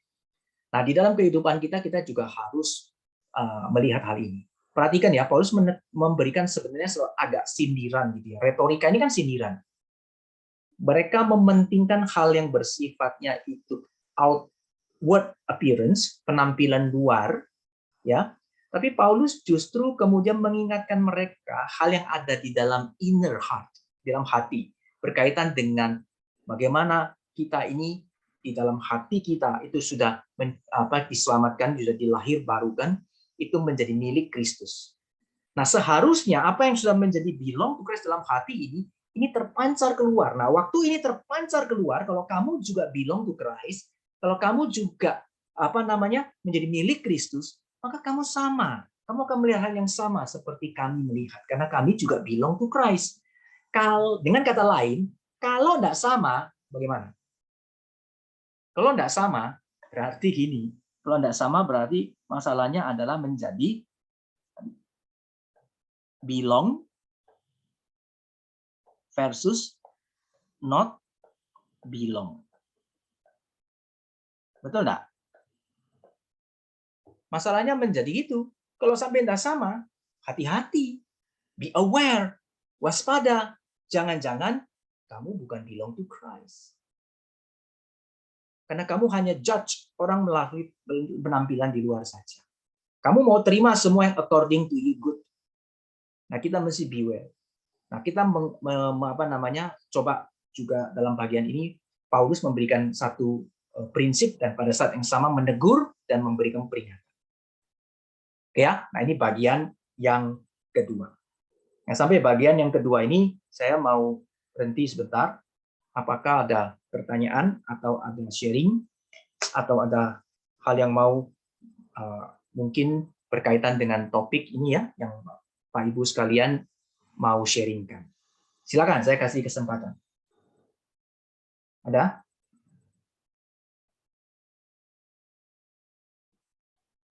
Tidak ada? Saya, Pak Rusli. Oh ya, silakan. Pak, mungkin saya tutup dulu ya, biar kelihatan mukanya. Saya tutup dulu, biar kelihatan mukanya. Ya. Oke, silakan. Ya, saya mau tanya saja. Mungkin dalam hal ini saya lihat dua hal. Yang pertama, Paulus menghindari konfrontasi langsung, begitu loh. Jadi ada lebih baik dengan menggunakan surat itu lebih tidak mengakibatkan konfrontasi langsung. Itu yang pertama. Yang kedua, apakah dengan menggunakan surat seperti ini kan inti masalahnya itu dibicarakan, begitu loh, tidak meluas kemana-mana. Karena pokok masalahan yang sebenarnya itu dibicarakan dan bicara hanya soal soal prinsip iman Kristen, gitu loh, tidak melebar kemana-mana. Kira-kira itu mungkin ya, Pak. Terima kasih. Ya. Thank you untuk Pak Joni ya. Pak Joni, betul ya. Oke. Nah, jadi apa yang pendapat Pak Joni itu di dalam pemikiran kita sebagai ini ya, sebagai mungkin di dalam ranah hikmat yang Tuhan berikan kepada kita ya sebagai manusia begitu, itu adalah satu hal yang bersifat umum ya, general. Jadi saya kira itu hal yang bisa diterima, yang di mana Tuhan memberikan satu guidance-nya ya di dalam wahyu umum. Kita kan diberikan akal budi oleh Tuhan sehingga kita bisa mencoba untuk boleh di dalam wilayah tersebut kita bisa mengambil keputusan-keputusan yang bersifat umum. Ya, itu yang pertama. Nah, bagian yang kedua, saya melihat dengan apa yang Paulus tulis melalui suratnya yang kita lihat bersama-sama, itu Paulus berarti di dalam bagian ini dia sangat menyadari, bukan secara general, tetapi saya melihat ada indikasi secara khusus berkaitan dengan panggilan yang Tuhan berikan kepada dia. Karena begini, kalau kita ingat ya, Paulus waktu dia mau pergi menyeberang ke Makedonia, dia itu dikasih panggilan, dia ada Tuhan kasih dia ini ya, satu visi ya. Ada orang yang ngawi-ngawi, orang-orang yang panggil-panggil ya, menyeberanglah kemari begitu ya. Jadi dia melihat itu sebagai visi yang Tuhan berikan kepada dia. Dan Tuhan kasih dia punya visi itu Makedonia besar ya. Dan di dalam Makedonia ada Korintus. Oke ya. Nah, pada saat Korintus cuma satu. Yang lain itu dia ditolak di sana. Nah, pada saat dia ditolak di sana, dia mempunyai satu pemahaman itu yang jelas tetap kepada visi awal. Makanya saya melihat Paulus itu dia sangat peka ya. Dia sangat melihat segala sesuatu itu dari visi yang Tuhan berikan kepada dia. Mengapa saya ke sini? Ya, why I'm here. Kenapa saya ke sini? Saya ke sini bukan karena ya tidak ada lagi tempat lain saya seberang aja, bukan. Tetapi dia tahu kenapa saya ke sini. Nah, waktu dia sudah sampai di sana, kemudian pada saat dia lihat ternyata ada satu kota yang di daerah situ ya, itu kemudian di perjalanan dia pelayanan itu, kemudian di dalam bagian ini dia wilayah Yunani di sana ya, itu dia ada penolakan, dia melihatnya itu untuk tetap tidak mundur. Tapi dia lihat untuk tetap maju, untuk tetap setia, dan dia membangun. Nah, di dalam bagian ini kemudian dia mengambil keputusan. Dia mengambil keputusan begini. Dia melihat bahwa ini adalah umat yang Tuhan percayakan untuk dia gembalakan, untuk Injil diberitakan. Nah, pada saat dia melihat di dalam bagian ini masih ada kesulitan, di dalam bagian ini dia melihat pimpinan Tuhan bagi dia untuk bukan meninggalkan, ya, tetapi bukan mundur dalam arti meninggalkan, tetapi mundurnya dalam arti mungkin cuma satu langkah. Nah, tapi dia menulis. Waktu menulis memang benar bisa lebih fokus terhadap apa yang terjadi, kemudian membahas masalah yang lebih tepat, tetapi dia menulisnya itu dengan satu tujuan yang sangat jelas. Jadi bukan tujuan yang umum, tapi tujuannya sangat jelas, bukan cuma sekedar membaik-baikkan, membina relasi, enggak. Tapi di dalam bagian itu penjelasan mengajar koreksi, teguran, warning. Nah, jadi di sini kita bisa lihat bahwa dia sangat-sangat mengerti mengapa dia melayani dan mengapa dia harus menulis surat. Nah, ini adalah yang kita percaya sebagai the guidance of Holy Spirit, ya. Jadi ini adalah inspirasi dari Roh Kudus, sehingga surat dari 2 Korintus hari ini kita bisa pelajari bersama-sama, dan dia menjadi firman Tuhan, gitu ya, yang Tuhan anugerahkan bagi kita. Ya, mungkin saya memberi tanggapan atas apa yang Pak Joni sampaikan demikian. Ya, thank you Pak Joni. Oke, ada lagi?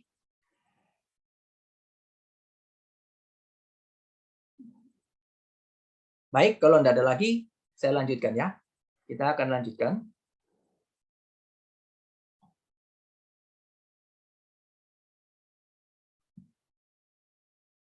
Ya. Oke, di sini ya tadi ya. Nah, sekarang kita akan lanjut ya. Nah, sekarang kita akan lanjut 2 Korintus, ini bagian 2 Korintus pasal 10. 12 sampai yang ke-18. Sekali lagi saya minta tolong Pak Richard dalam hal ini untuk boleh menunjuk satu orang bantu baca bagi kita semua. Bu Mingjing bisa bantu, Bu Mingjing? Saya tenggorokannya agak sakit, Pak Richard. Oh, oke. Ya. Oke, saya coba baca. Ayat yang ke-12, memang kami tidak berani menggolongkan diri kepada atau membandingkan diri dengan orang-orang tertentu yang memujikan diri sendiri.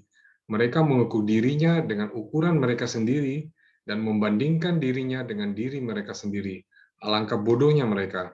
Sebaliknya, kami tidak mau bermegah melampaui batas, melainkan tetap di dalam batas-batas daerah kerja yang dipatok Allah bagi kami, yang meluas sampai kepada kamu juga. Sebab dalam memberitakan Injil Kristus, kami telah sampai kepada kamu, sehingga kamu tidak melewati batas daerah kerja kami, seolah-olah kami belum sampai kepada kamu. Kami tidak bermegah atas pekerjaan yang dilakukan oleh orang lain di daerah kerja yang tidak dipatok untuk kami. Tetapi kami berharap bahwa apabila imanmu makin bertumbuh, kami akan mendapatkan penghormatan lebih besar lagi di antara kamu, jika dibandingkan dengan daerah kerja yang dipatok untuk kami. Ya, kami hidup supaya kami dapat memberitakan Injil di daerah-daerah yang lebih jauh daripada daerah kamu, dan tidak bermegah atas hasil-hasil yang dicapai orang lain di daerah kerja yang dipatok untuk mereka. Tetapi barang siapa bermegah, hendaklah ia bermegah di dalam Tuhan. Sebab bukan orang yang memuji diri yang tahan uji, melainkan orang yang dipuji Tuhan. Oke, thank you Pak Richard. Nah, ini adalah bagian terakhir dari pasal 10. Ya, bagian terakhir dari pasal 10. Dan kita bisa melihat di dalam bagian yang terakhir, di dalam pasal yang 10 ini adalah lanjutan dari tadi yang kita bahas berkaitan dengan bermegah. Atau bagaimana kita bermegah. Bagaimana kita berani atau tidak berani di dalam bermegah. Ya, jadi kita bisa lihat ya, bagaimana berani dan tidak berani dalam kaitannya kita bermegah. Ya. Nah, bagian yang pertama, ini di ayat yang ke-12 kita bisa melihat mengenai ukuran yang dipakai. Ya, kami tidak berani menggolongkan diri kami atau membandingkan diri kami dengan orang-orang tertentu yang memuji diri sendiri. Mereka mengukur diri dengan ukuran mereka. Jadi bagian ini kita lihat Paulus dengan sangat jelas sekali dia langsung mengambil sikap, kami tidak berani. Dia tidak malu ya. Jadi tidak terprovokasi.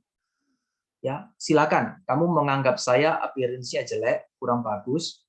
Ya, kamu menganggap mungkin saya secara berkata-kata mungkin kurang fasih dan seterusnya. It's okay. Ya, nah, terserah. Tapi saya tidak mau membandingkan diri, menggolongkan diri dengan orang-orang tertentu yang memuji dirinya. Ini ukuran ya. Jadi ukuran mereka sendiri. Paulus tidak mau. Saya tidak berani itu. Oke? Nah, sebab Paulus tahu di dalam ukuran yang dipakai itu dia harus mengikut ukuran siapa. Nah, di dalam hal ini nanti kita bisa lihat ya. Paulus sangat jelas bahwa dia tidak memakai ukuran manusia yang diterapkan yang kemudian dia mengikuti itu, tetapi dia tetap menjadikan Tuhan itu sebagai itu ya sandarannya, Tuhan sebagai ukuran dan tolak ukurnya, apa yang Tuhan perintahkan bagi dia itu yang menjadi standarnya. Meskipun orang menolak, tapi dia jelas Tuhan mau dia mengerjakan dan taat pada perintah Tuhan, dia kerjakan. Orang anggap dia anggap dia tidak baik, anggap dia bodoh dan seterusnya, terserah. Bahkan Paulus sendiri mengatakan bahwa orang yang hanya pakai ukuran manusia sendiri ini adalah orang yang bodoh. Nah, ini sebenarnya kita bisa lihat sesuai dengan apa yang dinyatakan oleh kitab Amsal ya. Ada yang ingat kitab Amsal kira-kira apa kaitannya dengan orang yang berhikmat? Ada yang mau memberikan respon kitab Amsal? Siapa itu orang yang berhikmat menurut kitab Amsal? Ada? Orang yang bagaimana? Yang takut akan Tuhan. Iya, thank you Pak Richard. Ya, permulaan hikmat. Perhatikan ya, bukan dikatakan permulaan hikmat. Jadi artinya jangan bilang kita orang berhikmat. Kalau mulanya aja nggak tahu, mana mungkin, betul kan? Permulaan akan hikmat itu adalah takut akan Tuhan. Jadi artinya standarnya nggak mungkin manusia. Nah, kalau kita memakai diri kita cari standar manusia, mau betapapun hebatnya itu di hadapan manusia, itu bukan orang yang berhikmat. Dan bahkan ya, Tuhan mengatakan apa yang dianggap hikmat dunia itu adalah kebodohan di hadapan Allah. Sebaliknya, apa yang dianggap bodoh ya oleh dunia ini itu dipakai Allah mempermalukan itu dunia ini. Ya, ini adalah prinsip-prinsip kebenaran kitab suci, doktrin-doktrin yang mendasar, yang sangat penting, yang kita harus bisa pahami. Semua diri kita harus tahu kapan berani, kapan tidak berani, ukuran apa yang dipakai, kita harus tahu. Kalau misalkan ukuran kita harus dibilang, kamu harus berani maju, ukurannya adalah ukuran standar daripada mengikuti kesenangan manusia. Lebih baik saya tidak berani maju. Saya ngerti ya maksud saya. Kalau semua misalnya, saya akan mendapatkan satu pendengar yang banyak sekali, tetapi ukurannya apa? Kita senangkan orang. Saya akan mendapatkan jemaat datang berbondong-bondong di dalam seluruh saya punya gereja, saya punya ibadah. Ya, tetapi kalau ukurannya adalah kesenangan manusia, saya tidak berani. Saya tidak berani lakukan itu. Saya tidak berani menghadirkan semua yang orang bilang kamu harus berani. Saya tidak berani. Lebih baik saya tidak berani. Nah, demikian bagaimana kalau saya berani? Kalau itu adalah sesuai dengan standar yang Tuhan mau. Meskipun ditolak, meskipun ada kesulitan, meskipun jalannya itu sangat berat dan penuh itu upaya pengorbanan yang besar, kita mesti kerjakan. Ya, saya selalu setuju ya, dan saya sangat percaya terhadap apa yang dikatakan oleh Hudson Taylor ya, yang diutus Tuhan ke Tiongkok. Dia mengatakan semua God mission itu impossible ya, semua impossible ya. Tetapi di dalam seluruh hidupnya dia mengatakan semua yang impossible itu bukan saja menjadi possible, tetapi done, selesai. Maka saya di dalam melayani Tuhan ya, selalu berjumpa dengan situasi yang impossible. Artinya sulit. Bagaimana ya, bisa berhasil nggak? Bagaimana bisa jalan nggak? Pelayanan yang dilakukan, bisa tidak? Ya, mungkin tidak. Nah, kalau itu adalah standarnya yang Tuhan mau, kita mesti berani. Mesti berani jalan. Ya, kenapa? Karena kita harus melakukan semua bukan berkaitan dengan ukuran yang kita pakai, tetapi ukuran yang Tuhan itu mau. Itu bagian pertama. Bagian yang kedua, Paulus kasih tahu kepada mereka tentang batasan-batasan yang wajar. Nah, ini di dalam bagian ini tadi seperti saya jelaskan kepada Pak Joni ya. Ini Paulus mengerti. Dia punya batas kerja ya. Dia katakan ini loh, batas-batas daerah yang dipatok Allah. Batasan ini ya daerah kerja ya, daerah kerja yang dipatok oleh Allah. Jadi Paulus ini dalam seluruh pemikirannya dia punya pemikiran ya, prinsip-prinsip hidup, dia punya tindakan kerja yang dia kelihatan dia lakukan, semuanya itu dikunci gitu, dikunci, ada Allahnya. Kita mau nggak dikunci demikian? Apakah kita mau di dalam seluruh hidup kita, ini pentingnya. Kita ada, ini kunci penting ya, yaitu apa? Bagaimana Allah itu menjadi ya yang utama. Ya, Allah yang utama. Nah, kalau kita bisa melihat di dalam bagian ini, kalau Allah yang utama berarti semua harus ada kaitan sama Tuhan. Bahkan makan minum pun harus ada kaitan sama Tuhan. Tidur menggunakan segala sumber daya kita, uang kita, waktu kita kaitkan dengan Tuhan. Waduh Pak, sampai segitunya, belajar yuk. Sama-sama dengan saya juga belajar. Ya, saya mesti belajar juga. Karena saya juga manusia sama dengan Bapak Ibu sekalian semua. Saya punya tugas lebih berat, maka saya harus belajar lebih berat. Tapi saya membawa Bapak Ibu sekalian, mari sama-sama belajar kepada firman Tuhan. Ya, hidup bagi Tuhan. Ya, hidup yang benar. Itu ada satu hymn yang bagus ya. Hidup bagi Tuhan adalah hidup yang benar ya. Hidup bagi Yesus. Hidup bagi Yesus, hidup yang benar. Gitu ya. Kalimatnya gitu. Hidup bagi Yesus, hidup yang benar. Kok enggak bukan yang lain. Hidup bagi Yesus, hidup yang senang atau hidup yang enak gitu. Saya waktu melihat terjemahannya saya senang ya. Saya setuju gitu. Hidup bagi Yesus ya hidup yang benar. Kalau di dalam hidup yang benar itu enggak senang gimana? Ada sulit enggak apa-apa. Ya enggak apa-apa, itu hidup bagi Tuhan. Itu hidup bagi Yesus, itu standarnya. Patokannya itu Tuhan. Bahkan di dalam segala pelanggaran kita, di dalam segala kejatuhan kita, bagaimana kita bersikap, kita rela tetap masuk dalam patokan Tuhan. Maka Daud bilang begini, saya jatuh ya, lebih baik saya jatuh di tangan Tuhan. Dihukum loh, enggak apa-apa. Ada konsekuensi, enggak apa-apa. Pokoknya ikut Tuhan. Dihukum oleh Tuhan, ya. Enggak apa-apa. Ini penting sekali. Banyak orang enggak mau. Banyak orang mau lebih baik diterima dunia. Enggak mau ikut Tuhan. Ya, kalau saya lebih pilih saya dihukum Tuhan. Ya. Di dalam kondisi itu berarti saya menyerahkan dirinya itu di dalam tangan Tuhan. Saya tidak menyerahkan diri saya ke tangan manusia. Ya, ini pilihan Daud ya. Semua ini sangat jelas. Oke ya, jadi Paulus mengerti ya tentang batasan yang wajar. Kenapa saya bilang wajar? Karena setiap orang itu Tuhan punya tanggung jawab sendiri-sendiri. Perhatikan ya. Ini kita bicara bagian yang pertama, ini kan kondisinya ini adalah Allah yang utama, kemudian bagian yang kedua itu kita harus ingat bahwa kita punya wilayah ya. Tuhan kasih kita tanggung jawab ya. Tanggung jawab kita di sini itu adalah daerah kerja ya, batas kerja. Ini adalah tanggung jawab kita. Jadi jangan kita kerja melewati batas kerja. Nah, Tuhan juga tidak, Tuhan tahu kita punya batasan. Nah, di dalam batasan yang Tuhan kasih ke kita, kerjakan dengan baik dan dengan benar. Tapi yang bukan batasan kita, ya sudah, jangan kita dibalik-balik gitu ya. Nggak usah kita kerjain bagian punya orang lain yang bukan tanggung jawab kita. Ya, seringkali terbalik. Yang bukan tanggung jawab saya masuk ke sana. Ya kan? Tetapi yang tanggung jawab saya sendiri tidak saya kerja. Nah, ini juga tidak benar. Jadi Paulus mengerti ya. Dia punya batas kerja, Tuhan kasih visi dia kerjakan dengan besar, dengan luas, dengan sangat-sangat baik. Itu ya. Nah, jadi kita bisa lihat di sini. Ini adalah tentang batasan yang wajar. Ini namanya wajar.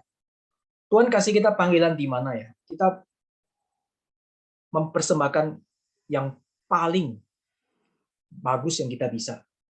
untuk Tuhan. Ya, itu kunci penting, tanggung jawab. Ya. Tapi juga jangan suka kita langsung mengeliminir tanggung jawab. Nah, kadang dengan apa ya? Dengan apa ini namanya istilahnya, dengan alasan bahwa oh saya mungkin nggak dikasih tanggung jawab di bagian ini gitu loh. Akhirnya saya mengeliminir. Jangan cepat-cepat mengeliminir tanggung jawab. Ya, coba untuk ketika ada apa ya kesempatan yang Tuhan berikan kepada kita, tanggung jawab, kita gumulkan, benar nggak? Karena Tuhan mengatakan satu prinsip penting ya, bahwa kita akan diuji setia dalam hal yang apa? Kecil, nanti dikasih perkara yang lebih besar, betul nggak? Jadi waktu kita setia dalam perkara yang kecil, kita setia di sana, ketika kita sudah melakukan yang bagus, Tuhan akan kasih perluas daerah kita. Tuhan perluas daerah kita, jangan kita langsung bilang, Tuhan nggak mau. Gumulkan baik-baik. Jangan gampang-gampang mengeliminir. Pertimbangkan baik-baik. Gumulkan baik-baik. Kemudian minta Tuhan gerakkan hati kita. Kalau Tuhan gerakkan hati kita, jangan kita tidak berani ambil. Ya, kalau itu sesuai dengan yang maunya Tuhan, kita tahu kita tidak sanggup. Tapi kalau kita tahu ini adalah kehendak Tuhan dan Tuhan menggerakkan kita, tapi kita sadar saya tidak mampu Tuhan, beranilah untuk melayani. Itu kita bermegah di dalam kuasa Tuhan. Sehingga waktu semua itu jadi, kita tidak sombong. Kita bilang, puji Tuhan, saya hanyalah hamba yang tidak berguna. Tapi Tuhan pakai saya. Saya di dalam hidup ini selalu merasa diri saya tidak terlalu berguna. Tapi oleh sebab itu saya berusaha mengikuti teladan Paulus. Saya berusaha untuk, saya tahu Tuhan terlalu baik ke saya. Dalam anugerahnya terlalu besar. Maka saya belajar untuk apa ya? Menuntut diri. Ya, saya belajar ya dengan seorang hamba Tuhan yang saya hormati, ya, Pendeta Stephen Tong dalam hal ini, khususnya di dalam bagian squeeze. Bagaimana kita selalu menuntut diri, kita tahu ya, kita harus tuntut diri kita dengan keras. Bukan untuk sombong, tetapi sadar sebenarnya tidak pernah cukup kita membalas cinta kasih Tuhan. Selama ada kesempatan, yuk kita belajar. Kita pakai yang Tuhan karuniakan. Squeeze itu diperes sampai yang paling maksimal. Ya, itu kita belajar demikian. Ya, bukan supaya sombong-sombongan. Ya, karena kita merasa karena saya tahu bahwa saya hanyalah hamba dan harus menyenangkan Sang Tuhan. Itu tujuan saya. Tidak ada yang lain. Ya, kita seringkali menjadi hamba tapi kita tidak mau menyenangkan mau ikut maunya Tuhan tetapi mau-maunya sendiri. Itu bukan hamba. Itu namanya mau jadi bos. Kita belajar jadi hamba Tuhan, ya. Ingat selalu dalam segala sesuatu setia dari hal yang kecil, tapi nanti Tuhan percayakan hal yang besar, jangan kita gampang-gampang mengeliminir. Ya, belajar berani menerima ya pelayanan yang Tuhan percayakan. Kemudian bagian yang terakhir ini dasar berani yang benar. Ya. Jadi di sini kita bisa lihat ayat 17 sampai yang ke-18. Ini ya bagian yang terakhir ini. Barang siapa kalau mau bermegah, hendaklah bermegah dalam Tuhan. Nah, ini penting Bapak Ibu sekalian. Paulus menutup di pasal 10 ini dengan sangat manis. Bukan cuma manis ya, tapi ini dengan sangat benar. Tapi sebenarnya secara sense atau kita sudah bisa menangkap ya apa yang fokus yang Paulus sampaikan ini sudah dari setiap bagian itu ada. Paulus kasih tahu, kamu menuntut semua yang apa itu keangkuhan di hadapan yang kelihatan itu hati-hati itu bisa keangkuhan dirimu di hadapan Tuhan, di hadapan manusia. Sebenarnya kamu bukan sedang melayani Tuhan, kamu sedang tidak beribadah kepada Tuhan, tetapi kamu sedang meninggikan dirimu sendiri. Oleh sebab itu ya, mari kita belajar bermegah itu di dalam Tuhan, bermegahlah di dalam Tuhan.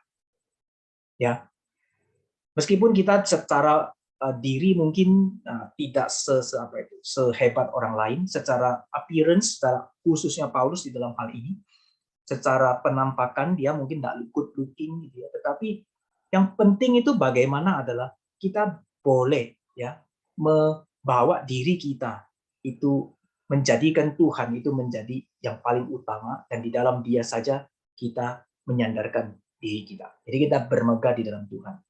Nah, di dalam kitab suci, khususnya di dalam Yesaya, ada satu nubuat berkaitan dengan Kristus. Bagaimana dikatakan di sana bahwa bagaimana rupa Kristus itu tidak lagi itu ya sesuatu yang megah begitu ya. Bagaimana di hadapan orang itu dia bahkan tidak masuk di dalam hitungan, dia terhitung di antara para penjahat dan seterusnya. Mungkin dari parasnya itu orang sudah lihat bagaimana itu tidak ada yang bagus gitu ya. Ini berkaitan dengan nubuat pada saat Kristus itu menjalani jalan salib ya. Bagaimana kemudian dia mengalami penderitaan, bagaimana kemudian aniaya yang begitu keras sehingga seluruh wajahnya, seluruh keberadaannya itu sangat mengerikan begitu ya. Tidak ada lagi yang kelihatan di dalam paras yang kelihatan ini loh. Tidak ada yang bisa dimegahkan. Appearance ini good looking nggak ada. Nggak ada yang bisa dipandang bagi orang itu bermegah. Bahkan dia terhitung di antara penjahat. Apa yang bisa dimegahkan di hadapan manusia? Tidak ada. Tapi Alkitab menyatakan Allah sendiri yang menyatakan bahwa di dalam Kristus yang ditetapkan Tuhan ya supaya di dalam Dia semua manusia boleh diselamatkan. Karena Allah berkenan kepada Kristus. Karena Dia apa? Karena Dia menyerahkan dirinya di dalam perfect obedience kepada Tuhan. Dan Dia berkata, Bapa, jikalau boleh cawan ini lalu daripadaku.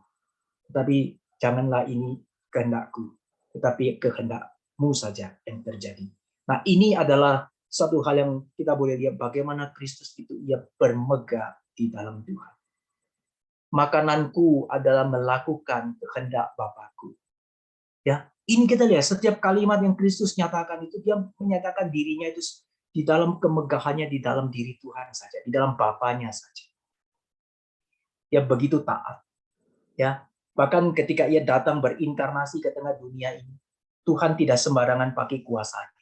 Dia bisa saja pakai kuasanya mau menghukum orang yang mau tangkap dia, yang bertindak buruk terhadap dia, tetapi dia tidak pakai semua itu. Dia membatasi dirinya. Perhatikan, ada batasan. Allah sendiri loh, Allah anak itu datang dalam dunia ini ya. Dia membatasi dirinya di dalam panggilan yang Tuhan bagikan bagi dia, daerah kerja yang Tuhan berikan. Ya, bagaimana visi, misi yang Tuhan berikan bagi dia. Dia kerjakan. Dia sungguh-sungguh ada di dalam batasan. Nah, ini adalah satu puncak yang bagi saya ketika Paulus mengatakan barang siapa bermegah, hendaklah ia bermegah di dalam Tuhan. Saya melihat ini adalah sangat kristosentris. Ya, ini adalah satu satu prinsip doktrin yang sangat berpusat kepada Kristus. Ya. Sebab bukan orang yang memuji diri yang tahan puji, melainkan orang yang dipuji Tuhan. Amin. Saya berharap ada amin ya, meskipun saya tidak mendengar. Ya, bukan orang yang memuji diri itu yang akan tahan uji, tapi orang yang dipuji Tuhan. Ya, Kristus menjadi pusat dari seluruh pengajaran yang Paulus nyatakan. Dan bagaimana kita bisa melihat ya, ketika Kristus boleh taat secara total, ketika ia mati di atas kayu salib menggenapi kehendak Allah dan taat kepada kehendak Allah, maka dia bangkit pada hari yang ketiga. Dan setelah itu Tuhan mengaruniakan nama segala nama. Dia disebut ya nama segala nama, dan segala puji dan hormat itu ya dalam keselamatan ya, di bawah kolong langit tidak ada yang dikaruniakan ya nama yang lebih daripada ini, Kristus, supaya orang boleh mendapatkan keselamatan. Nah, kita bisa melihat di dalam bagian ini adalah orang-orang yang dipuji Tuhan.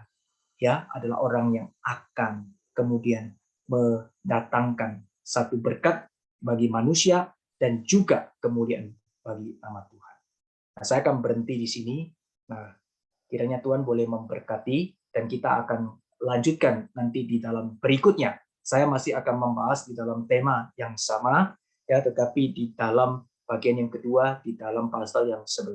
Nah, di dalam pasal yang 11 ini nanti Paulus akan membongkar ya seluruh kedok tentang ini orang-orang yang bersifat ini apa namanya itu pekerja-pekerja yang fake itu, yang palsu itu, harus hati-hati sama mereka.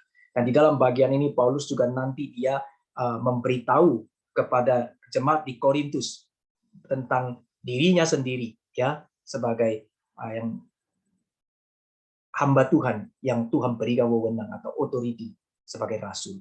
Ya, ini memberikan satu penjelasan yang apa itu tadi satu hal yang penjelasan yang pembelaan ya, satu pembelaan yang Paulus mau nyatakan kepada jemaat di Korintus.